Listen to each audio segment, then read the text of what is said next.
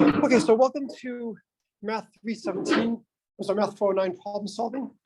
So the goal of this course is to talk a little bit about mathematical thinking and tackling a variety of very different problems. And so today I want to do one of my all-time favorite problems, the sum problem, the sum product problem. If you've seen calculus before, this is a great way to review almost every key concept in Calc 1 and 2. If you haven't seen calculus, then this is a great opportunity to see what's coming. If you have not grabbed munchkins yet, please do so. The fewer you eat, the more I have to take home. And my backpack has only finite capacity. All right, so here is the problem.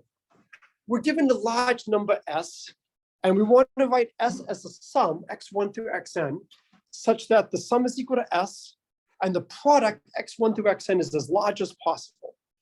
And we talked a little bit 2 times ago about why we assumed each xi was greater than or equal to 1.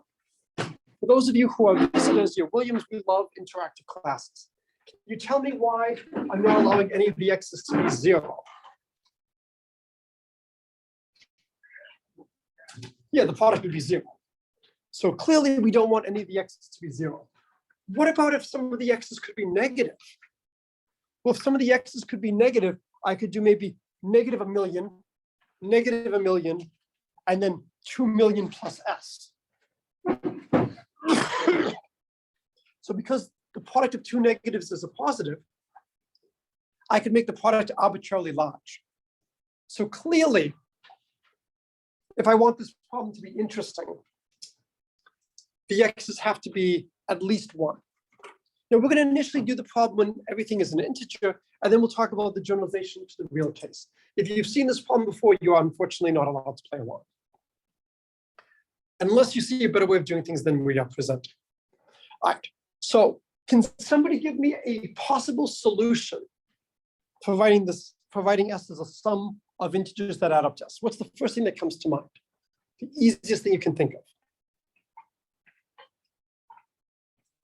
Something that will absolutely work.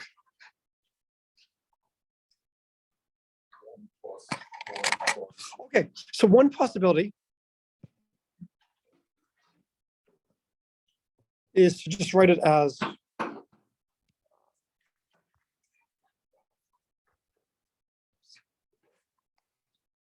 so options. Not probably. Have more confidence. Have more confidence. Oh, 0. No, but you're not allowed to use 0. So be more confident it's probably the lowest possible. What do you think? It's definitely the lowest. So the worst is 1 plus 1 plus 1 equals s. That is the absolute worst, because all the terms in the product is 1. Can somebody give me the simplest thing possible that beats this? It's a very low bar. And anything you give me will work. Sure. I'm sorry? Sure. Well, you have to give me a sum that adds up to s. S. S. So better is just s. So can somebody give me something that might be better than just s? Let's say s is large, like 100 at least. Can somebody give me another option? 98 and 2. So 1 is 98 and 2, or more generally 2 plus s minus 2. Can somebody give me something else with 2 summons?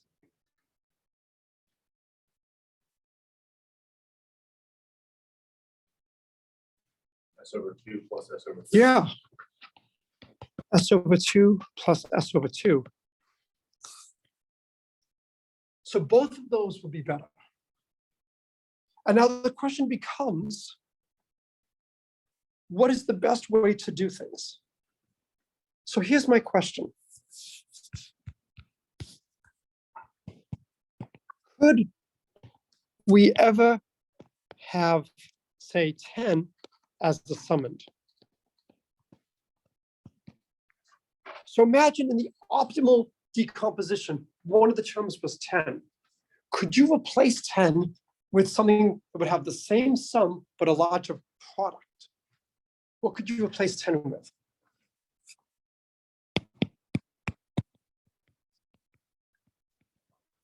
It's 5 and 5. But there's something a little bit easier that will work, that will generalize much nicer. S over 2 plus S over 2. Something even easier than that, because I'm not always going to have an even number. So in fact, it was something that was already set. It was the 2 and the S minus 2. So I can just replace that with 2 plus 8. Could I ever have 9?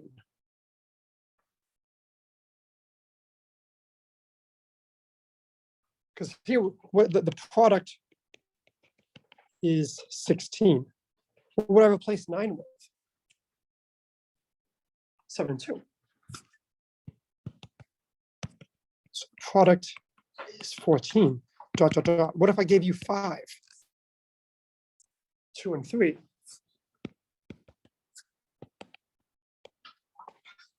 What if I gave you 4?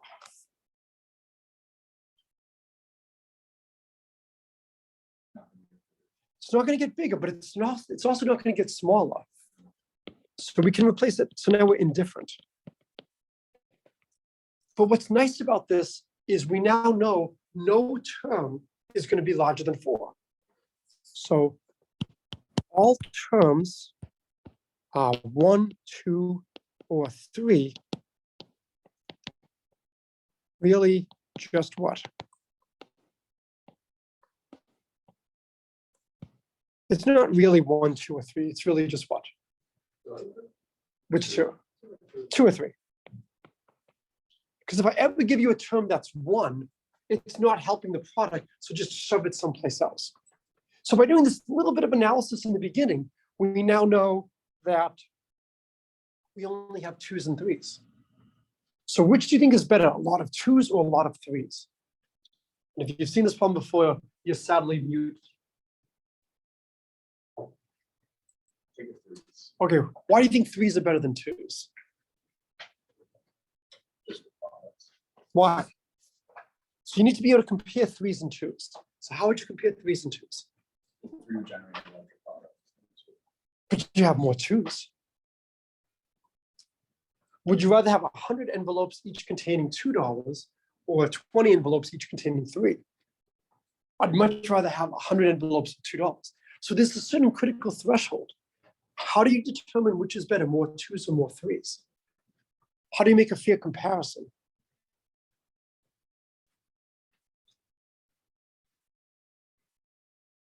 So how many 2s versus how many 3s? What's the trade-off? Maybe 3s are better because the ratio of log 3 over 3 is greater than log 2 over 2. Okay, but how do I compare? How do I know how many 3s to compare with 2s? You do like 2 to the power of how many 2s you have equals. But remember, we're trying to write a sum, right? So the sum can be a bunch of 2s.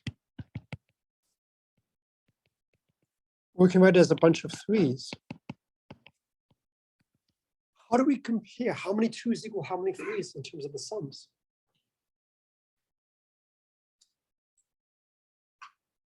If you want to trade off, how many 2s do you need to exchange to get how many 3s?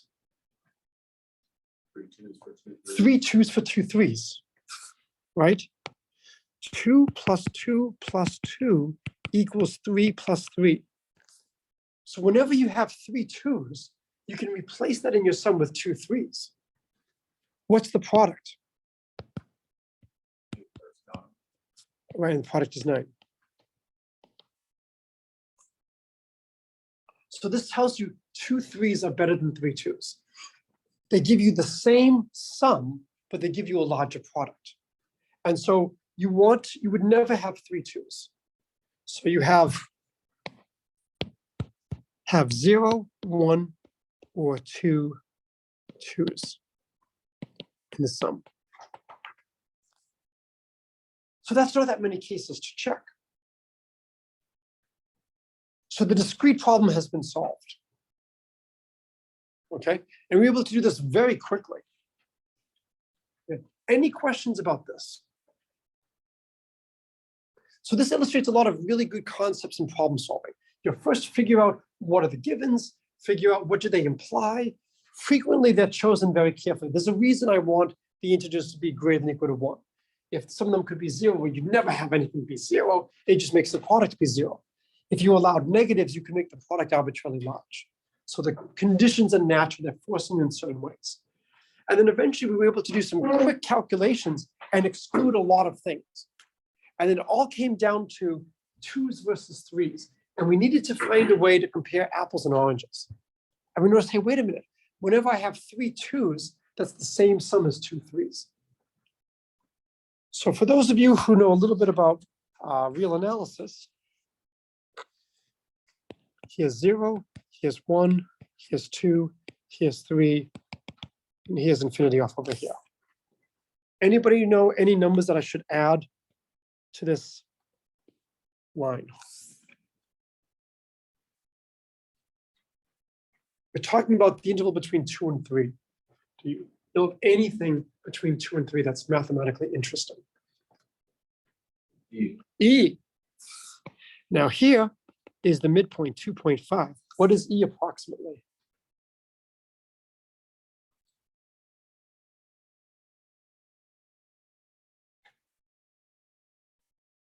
What's the E is what? 2.7, 2.718281828. E is closer to 3 than 2. It turns out that plays a role in why 3 is beating 2. And this is not a problem that is just of theoretical interest. If you're designing computers to store information, base 3 is more efficient for disk storage than base 2. In terms of programming, base 2 is much better for computers. Binary search, base 2 on off, bits of 0 and 1, much better. But for disk storage, base 3 is actually better, and this is the reason. My family was recently watching a movie, and there was a high school math teacher, and they were training the team for the national competition. And the geeks were rattling off pi. And my daughter and I both cringed because, they didn't even get 10 digits right. The whole class is going 3.14159. 2 comes after the 5. They did 8. And my daughter and I were both just cringing. They at least got 4 or 5 digits right. But I was sadly happy when they lost in nationals. But your E, you should know approximately how big is E. E is about 2.718. Well, you can also write E as the sum, n goes from 0 to infinity of 1 over n factorial, which is 1 plus 1 plus 1 over 2 plus 1 over 6 plus dot, dot, dot. So you can see very easily that it's greater than 2.5. To see that it's less than 3 is a little bit more work from the 1/6 onward, but you can do a geometric series bounding, and you can get that without too much trouble. So we do know, without too much trouble, that E is greater than 2.5. And we want to see, what does that have to do with this problem? So now we want to consider the real analog. And I claim that without loss of generality, the same argument as before tells me I can choose all of my summons to be between 1 and 4. Because I can do that same argument where if I have a number greater than 4, I can replace it with 2 and x minus 2, and that will make the product larger. When I get to 4, I'm indifferent. Similarly, I'm not going to have anything less than 1. If I have something less than 1, what does that do to the product? It decreases it. So we're going to assume we're not complete morons. We are not going to choose any factors to be less than 1. Now, the difficulty is we don't know n. We want to maximize x1 dot dot xn subject to the sum equals s. So one way to do this is whenever you're given a hard problem, try to break it up into smaller problems, solve each one, and then piece the solutions together. So one of the things that commonly gets people stuck is the problem is so difficult they don't know where to begin. So try to fix things. What might make this problem easier?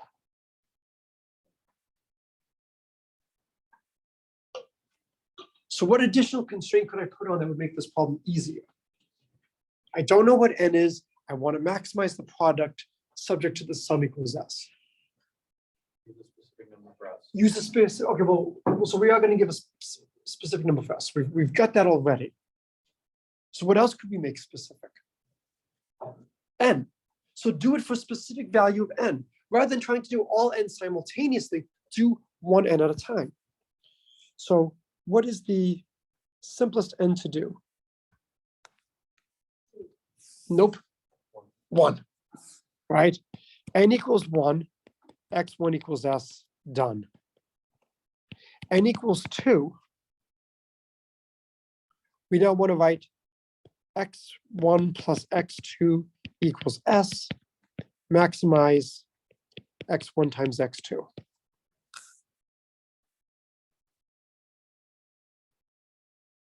You might have seen this in a calculus problem.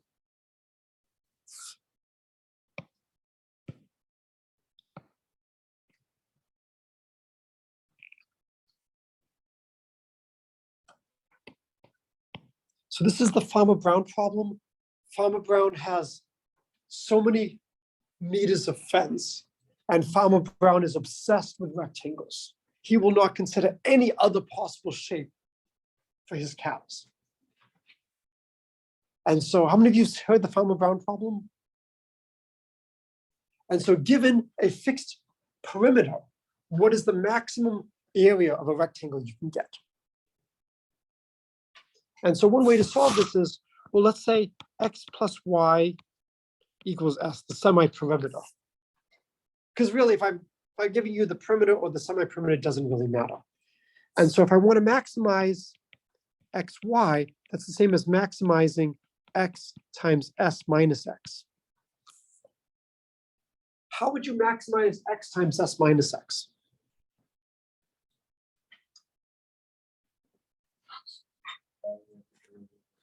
So one is to evaluate derivative. So we've got the function, a of x is x, s minus x, and what's the range for x?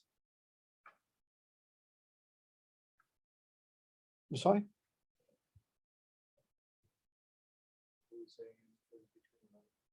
Not, well, no. Well, now I'm just considering the more general problem here. 0 to s. Your s is the semi-perimeter. And so how would I calculate the derivative?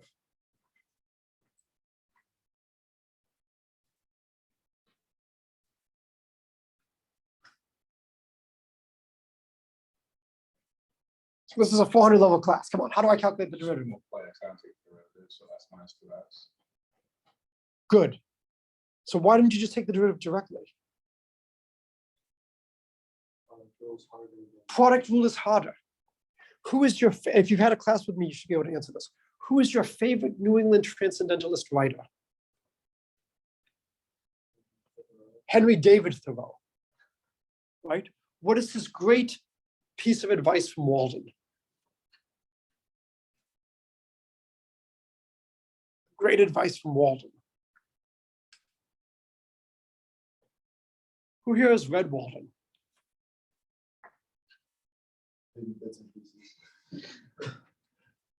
I actually have jogged around Walden Pond when so throw it. Simplify. Of course, you could simplify to simplify, but the second simplify is to just really drive home. Before you do a calculation, stop and think, is this the best way to do it? We could do this by the product rule, but rather than doing the product rule, it's much better to say, well, wait a minute, this is just sx minus x squared. So a prime of x is going to be s minus 2x. So critical point is x equals s halves. Endpoints give 0.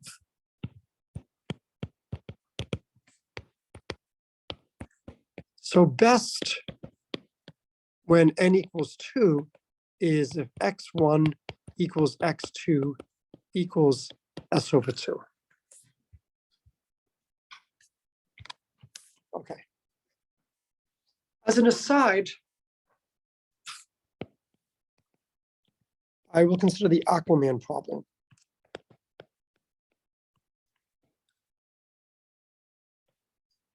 So Aquaman lives in the sea, and imagine Aquaman is trying to build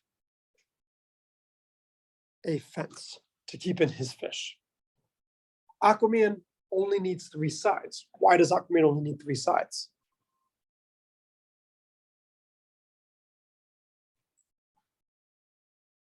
Why doesn't Aquaman have to do 4 sides?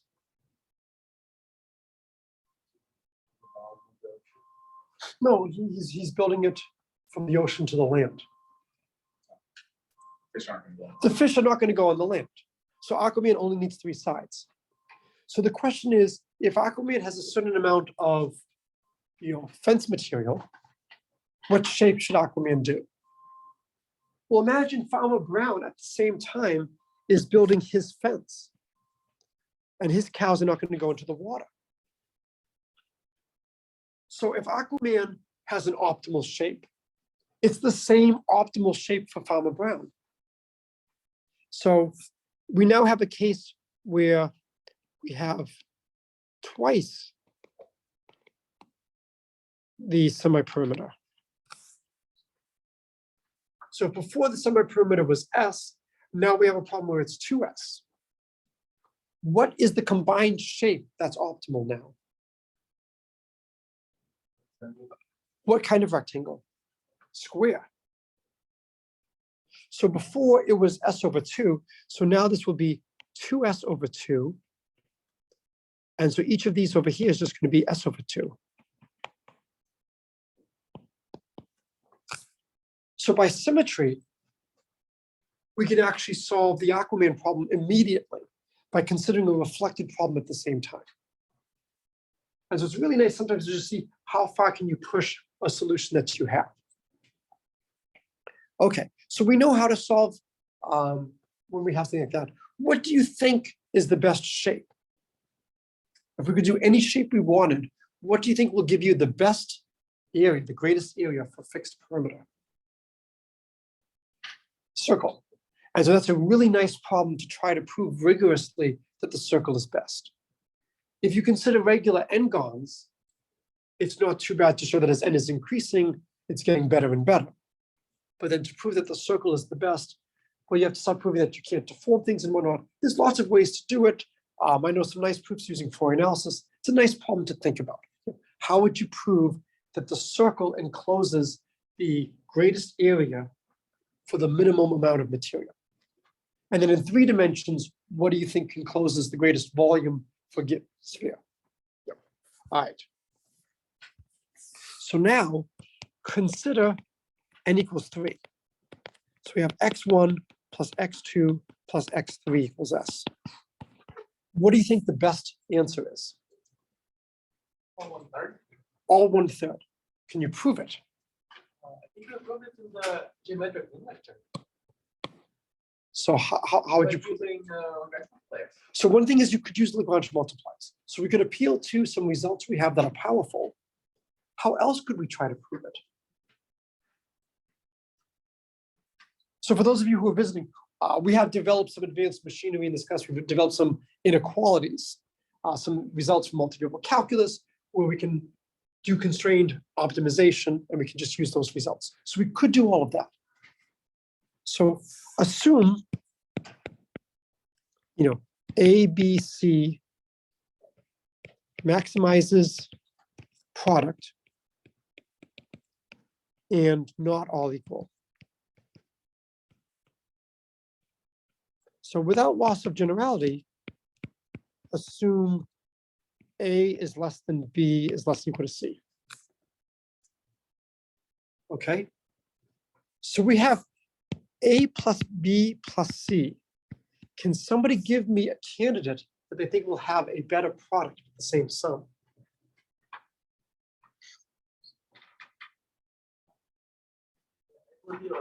A plus B over 2. A plus B over 2, and then C. So when you describe mathematicians, If you call us lazy, we actually take that as a compliment. The goal is to always reduce something to something you've already done before. I was exchanging jokes recently with someone. Have people heard the one about the mathematician and the engineer walking down the street? My brother is an engineer, so occasionally mathematicians and engineers hang out.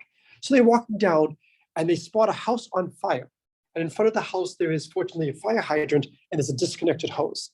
Well, the engineer connects the hose to the hydrant, turns it on, puts out the fire.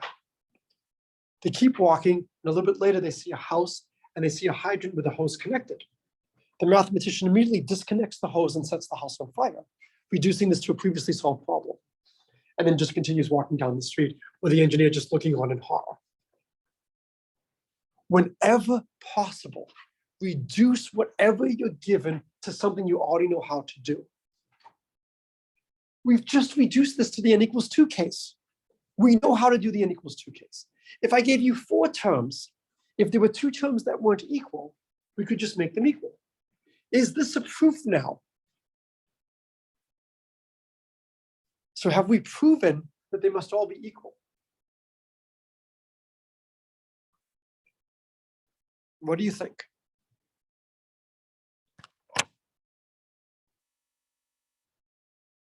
So is this a proof that when n equals 3, the maximum happens when they're all equal?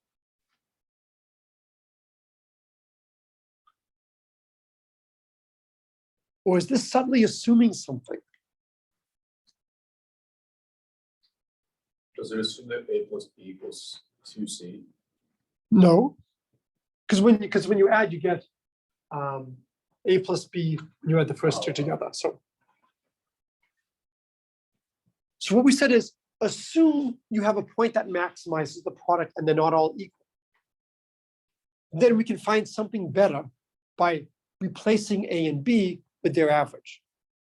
So if there's a maximum, this can't be the maximum. But what have I subtly assumed? The different values are the smallest ones. No, because I can always permute. It's not a problem. Yeah, that A plus B over 2 squared is greater than A squared plus B Nope. squared. Oh, sorry. Nope, because we're just using the n equals 2 case.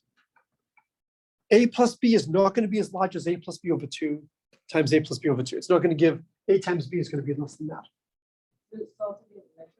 Nope, because we're doing the real problem now. So listen very closely. If there is a maximum, and the maximum is not at the place where they're all equal, then I can get to the maximum. I can get a larger value by replacing.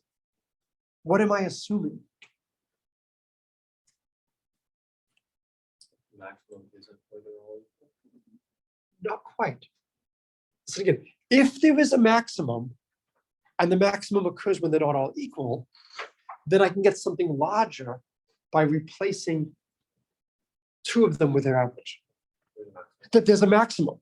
So this is assuming there exists a maximum.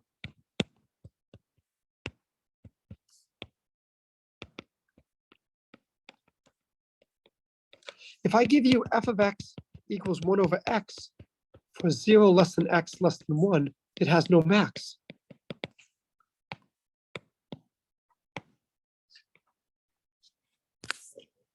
So the problem here is this is assuming that we have a maximum. If there is a maximum, then assume that the components are not all equal. We can get better by making the components all equal. But it starts off by assuming that there is a maximum. So it's possible that you could have this infinite process. Because there's no maximum, you could always keep going and going and going. So what you really need here to finish this off is a theorem from real analysis. For the prerequisites for this class, did I say real analysis or did I just say either real or abstract? I can't remember. I think it was either. I think it was either. How many people here who are current Williams students have not taken real analysis? I'm in it right now. You're in it right now, okay. So in real analysis, we prove the following. Prove if f is a continuous function on a closed bounded set, then f attains its max and min. So note f of x equals 1 over x on 0 less than x less than 1 is not defined on a closed interval. The limit points 0 and 1 are not included. So it's always good to just have a sense of what are the problems. So if I give you a space which is not, in some sense, complete, I could have a string of possible moves that could go on indefinitely. But as long as my space is complete, this can't happen. And so this is one of the greatest results in real analysis. If you have a continuous function on a closed bounded set, it has to attain its max, it has to attain its min. That means the argument we're doing here is now valid. Because we can now say there must be some point where things are as large as possible. And if that point does not have all the components equal, then contradiction. Okay, so now what do we know?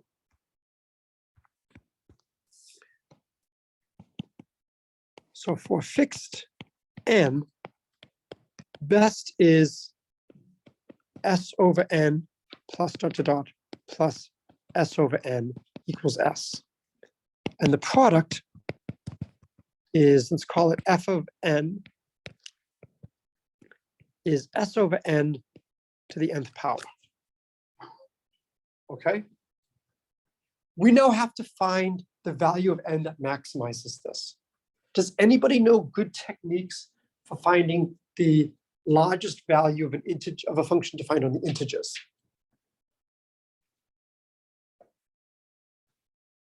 Does anybody know how to find the largest value of a function defined over the integers?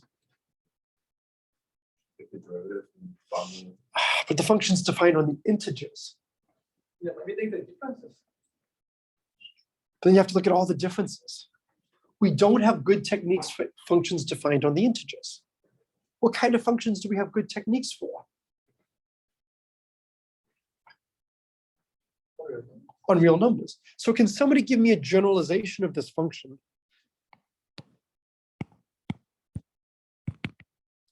This is something that would be defined over the reals. What would be a good generalization of this function?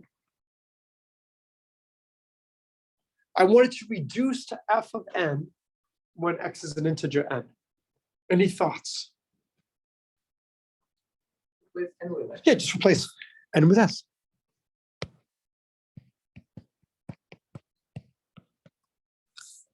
If you think of the integral test from calculus, how many of you have seen the integral test? It's sometimes not done till Calc 3. You're trying to determine if a sum converges and the sum is monotonic, it's either increasing or decreasing. Then what you can do is you can replace the sum with an integral. And if the integral converges, the sum converges. If the integral diverges, the sum diverges.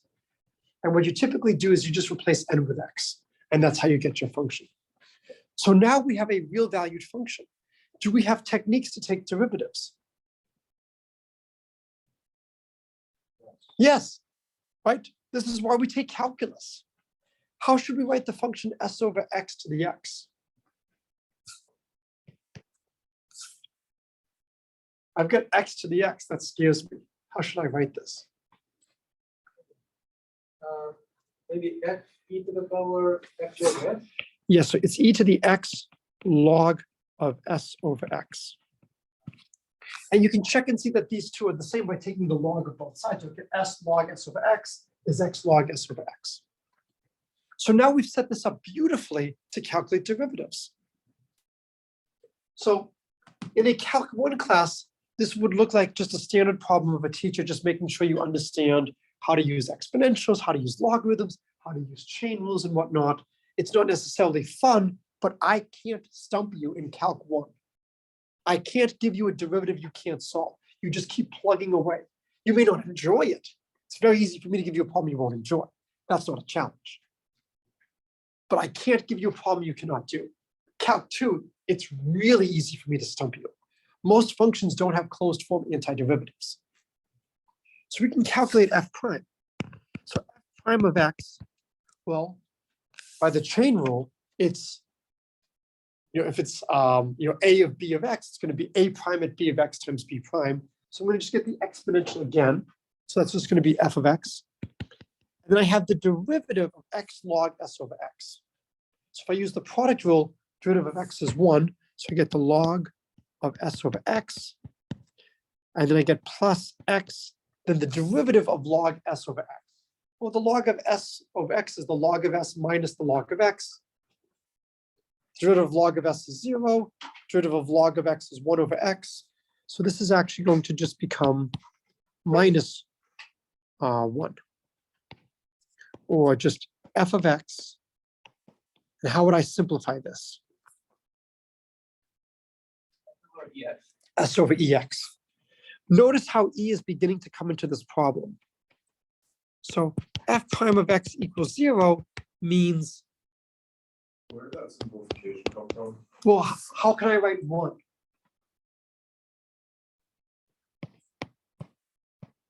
One equals the log of e. And for those of you who are visiting from high school, we speak a slightly different language in college. For us, log always means natural log. We basically never use base 10. So you won't really see in college books ln, it'll always be log. So we use that to replace the 1 with the e down below over here. So for this to be 0, f of x is never 0. So what do I need s over ex to equal?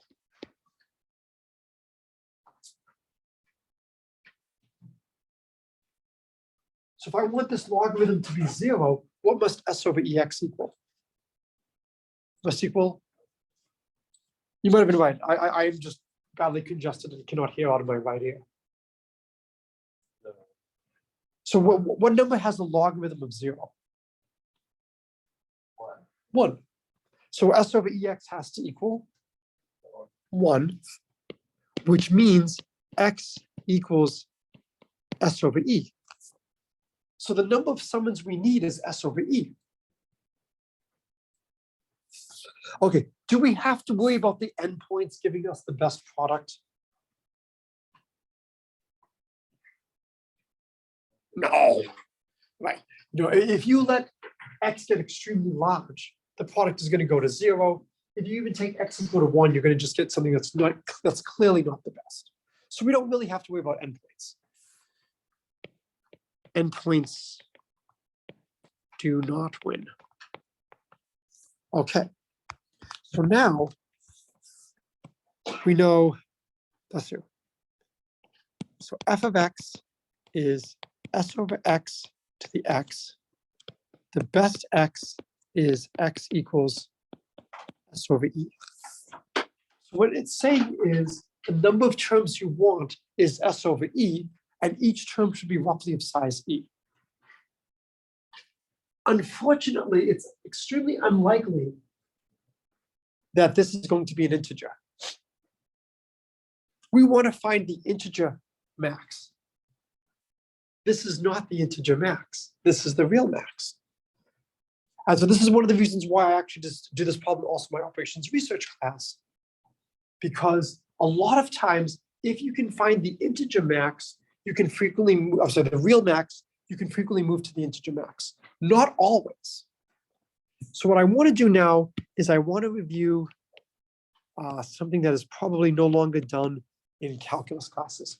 So how many of you have ever drawn like f prime underneath the axis to plot your function? Okay, did you do that in a class other than with me? Okay, excellent.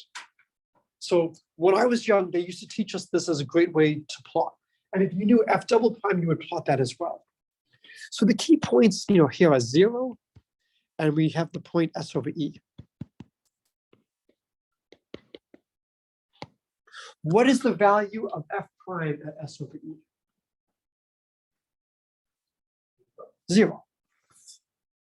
And so we know f prime of x is f of x times the log of s divided by xe.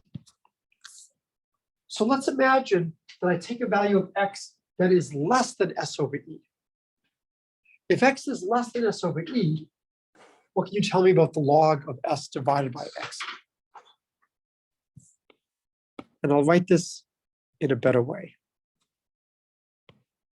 I will write this as the numerator is s divided by e, and I'll divide it by x. It's a little bit clearer to look at it this way. If x is less than s over e, what can you tell me about the logarithm? It's positive, right? So when I do the plot down here, I know f prime is positive here.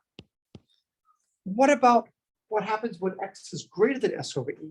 What can you tell me about the logarithm? It'll be negative.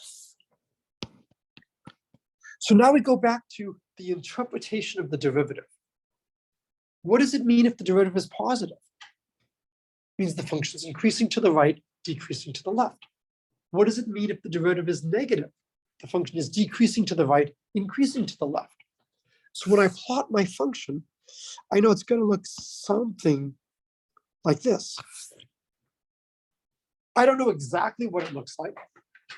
Well, I do, because I have Mathematica already loaded on my laptop. But I know it has to look something like this.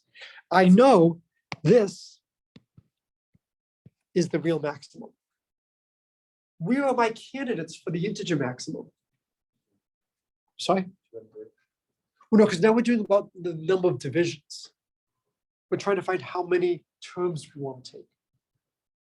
The floor and ceiling? The floor and the ceiling is we move over to the floor of S over E, and we move to the ceiling. So this notation means the largest integer at most S over E. This is the floor, and the other is the smallest integer that's at least S over E. We only have two things to check. It's not that hard to check two things. So I really love this problem. This problem allows you to review a tremendous amount of your calculus material. From how do you take derivatives of complicated functions? Well, we first had to figure out what function to study. And so we figured out when we had this integer function, we can extend it to being a real valued function without too much trouble. And then if we want to differentiate, x to the x is a very bad thing to differentiate. But if we exponentiate it, it's now set up so we can use the chain rule very easily. And then we have our critical points and our endpoints. We find the critical point.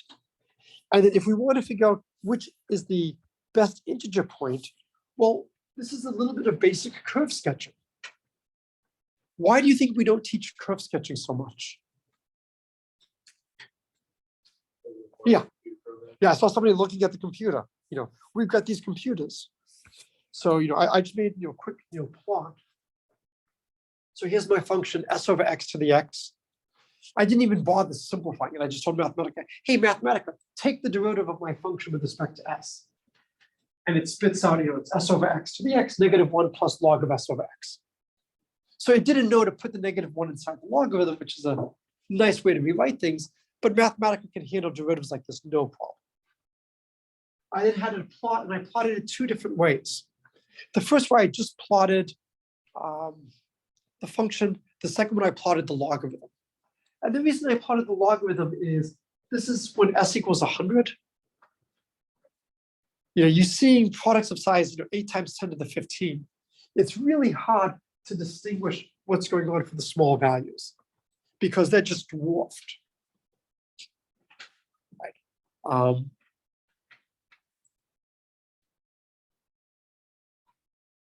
If Elon Musk were to send kids here as prospective students, and we were to look at the distribution of incomes. If I'm wrong, please talk to me after class. I'm assuming the income from Elon Musk would dwarf the income of anybody here and parents of any prospective here. And everybody else would just be noise in a room with kids from Elon Musk. If I'm wrong, please talk to me afterwards. We'll have lunch. My treat. Okay, but in a situation like that, the problem is one very large value is so far above everything else that you can't really see the scale anymore. This is the other reason why we take logarithms. So we take logarithms for two reasons. One is it converts nonlinear things to linear things. And we saw that in operations research earlier today, so for those of you who were there before. Another is it allows us to compare things on very different scales. So when I plot the logarithm, I can see, oh, okay, I can actually see these two different ranges. They're actually very well separated. When you look at this plot, do these two extremes look roughly the same? I mean, I don't really see much of a difference from the far left and the far right. When I plot it over here, oh, okay, yes, I see a big difference. And again, when you have very large values, it's easy to have things missing. What does that graph on the right tell us? This is the same graph as this, except instead of plotting the product, I'm plotting the log of the product. But I guess, like, what do we learn from seeing that the endpoint on the right is much higher than? Well, what we're seeing is that these values here are actually significantly larger than these values here. If you err by having too many summons, that's not as bad as erring by having too few summons. The product will be much larger with too many summons than too few summons. It still sucks relative to the best that you can do. The best you can do is to have roughly S over E summons, where each summon is roughly of size E. So what I will do for the last moment is, let me stop the share and then come here, share screen. Okay, so this should be projecting excellent. So if you notice the Mathematica code, I have the word manipulate in front of the plot. So how many of you have never seen the manipulate feature? Okay, manipulate is wonderful. So what I can do is I can actually make a little movie here. I'll slow it down a little bit.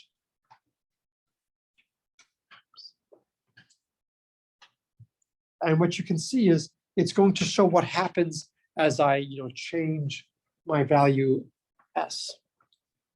And you can just you can control the speed. This maybe is going a little bit too fast. And so you can explore what happens as you change the values of different parameters. Again, it's not going to make a huge difference here. This is a pretty simple function. And then down below is I'm just plotting the logarithm. And so one of the big questions is what range to plot. Now, when you look at this plot, does it look like there's that big of a difference from around 300 to around 500? No, but if you look at how many orders of magnitude, we're talking on the order of 100 powers of E. Can anybody tell me roughly how big is 100 powers of E?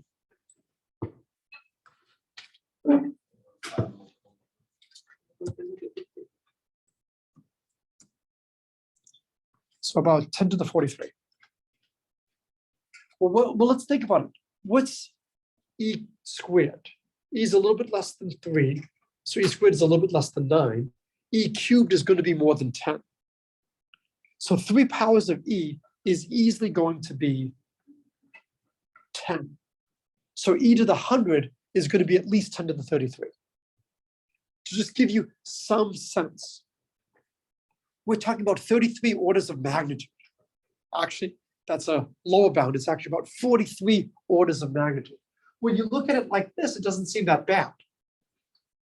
So again, it's really interesting to think about how is information presented.